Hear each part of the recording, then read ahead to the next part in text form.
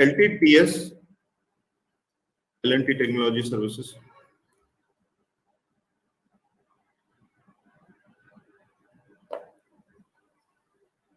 Sir LTTS में एक second,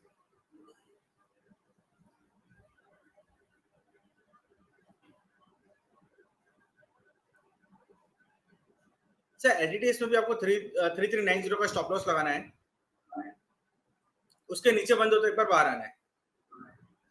sir इनके लिए एक मेरे को चीज कहनी थी, इन्होंने माइंड्री लिया, नौकरी लिया, LTTS लिया, तीनों IT से एक ही सेक्टर के शेयर्स ले लिए।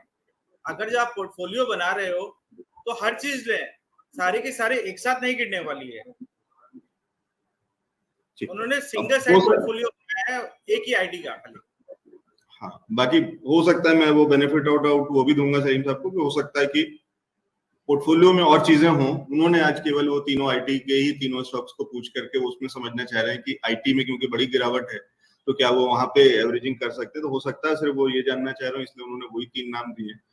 तो वो एक एलिमेंट हो सकता है, लेकिन अगर ऐसा नहीं है और यही पोर्टफोलियो है तो आपका पोर्टफोलियो बहुत ही वन साइडेड है, बहुत ही लॉप साइडेड है, बहुत ही गड़बड़ है, बहुत कम परेशान करने वाला है, क्योंकि आप सारा कुछ IT पे डिपेंडेंस है और IT का पूरा सेक्टर परफॉर्म नहीं कर रहा है। इसीलिए पोर्टफोलियो की जरूरत होती है कि अलग अलग सेक्टर से अलग अलग स्टॉक्स खरीदे जाते हैं तो आपका बैलेंस पोर्टफोलियो बनता है। सर एक चीज कहनी थी, जिसको शेयर मार्केट के बारे में कुछ भी नहीं समझ में आ रहा है और लॉन्ग टर्म पोर्टफोलियो बनाने हैं, जिसको 10 साल 15 साल के हॉरिजन के लिए बनाना है, उसको सबसे इजी काम है निफ्टी 20 खरीदना चाहिए हर मंथ SIP फॉर्मेट में।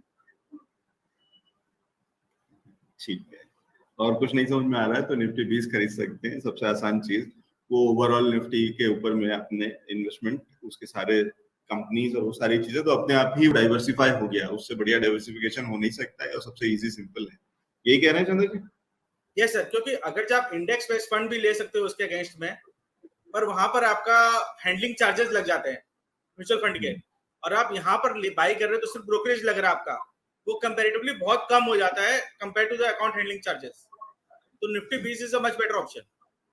ठीक है, वो म्यूचुअल फंड से उससे बहुत अच्छा है क्योंकि उतने चार्जेस और वो सारी चीजें नहीं है। ब्रोकरेज डिपेंड करता है कि आपका ब्रोकर कौन है और आप कहाँ से अकाउंट खुला रहे हैं, और उसमें भी बहुत सारी चीजें, तो वो भी इतना नीचे आ चुका है उसके प्राइसेस और वो वाली सारी चीजें कि कहीं ना कहीं वो जो एक्स्ट्रा खर्चा है वो खत्म हो जाता है और आपका ओवरऑल डाइवर्सिफिकेशन और वो पोर्टफोलियो वैसे ही बन जाता है निफ्टी 20 खरीद लेने।